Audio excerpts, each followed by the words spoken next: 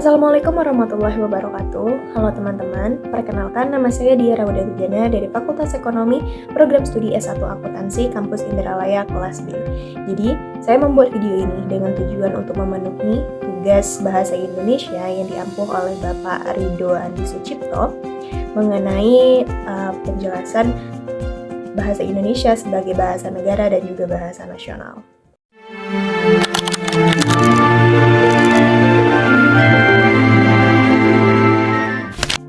Satu nusa, satu bangsa, dan juga satu bahasa.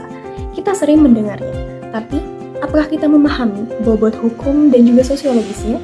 Di tengah ledakan globalisasi dan juga penetrasi bahasa slang, bahasa Indonesia berdiri di dua kaki yang kokoh, yaitu sebagai bahasa nasional dan juga bahasa daerah.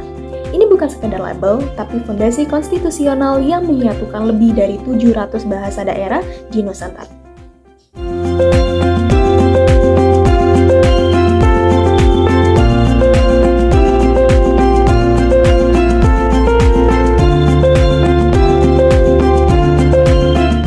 Pertama, kedudukannya sebagai bahasa nasional.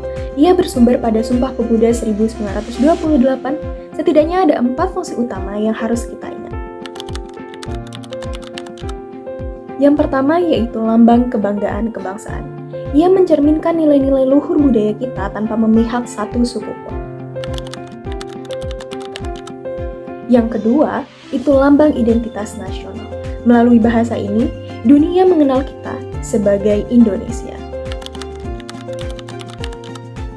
Yang ketiga, sebagai alat pemersatu. Ia adalah lingua franca yang menjembatani latar belakang sosial dan budaya yang berbeda yang ada di Indonesia. Dan yang terakhir yaitu sebagai alat penghubung antar daerah. Tanpa bahasa ini, koordinasi lintas pulau akan menjadi kekacauan linguistik. Di sini bahasa Indonesia bersifat inklusif.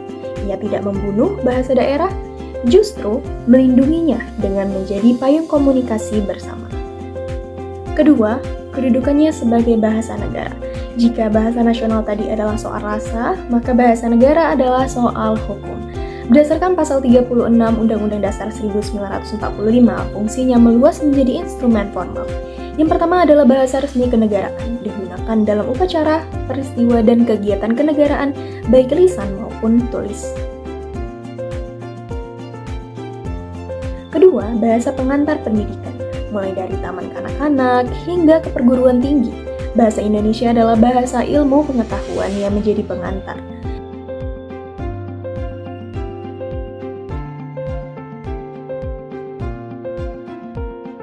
Yang ketiga adalah alat penghubung tingkat nasional, digunakan untuk kepentingan perencanaan dan pelaksanaan pembangunan, serta pemerintahan.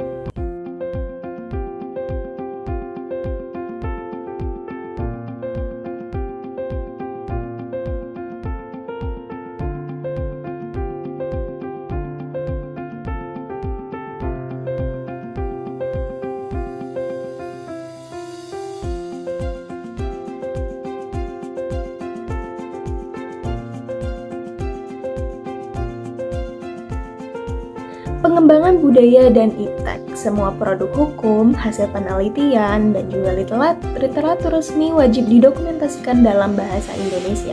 Artinya, setiap tanda tangan, kontrak bisnis, dan setiap lembar ijazah, hingga teks undang-undang yang mengatur hidup kita semuanya divalidasi oleh bahasa Indonesia ini.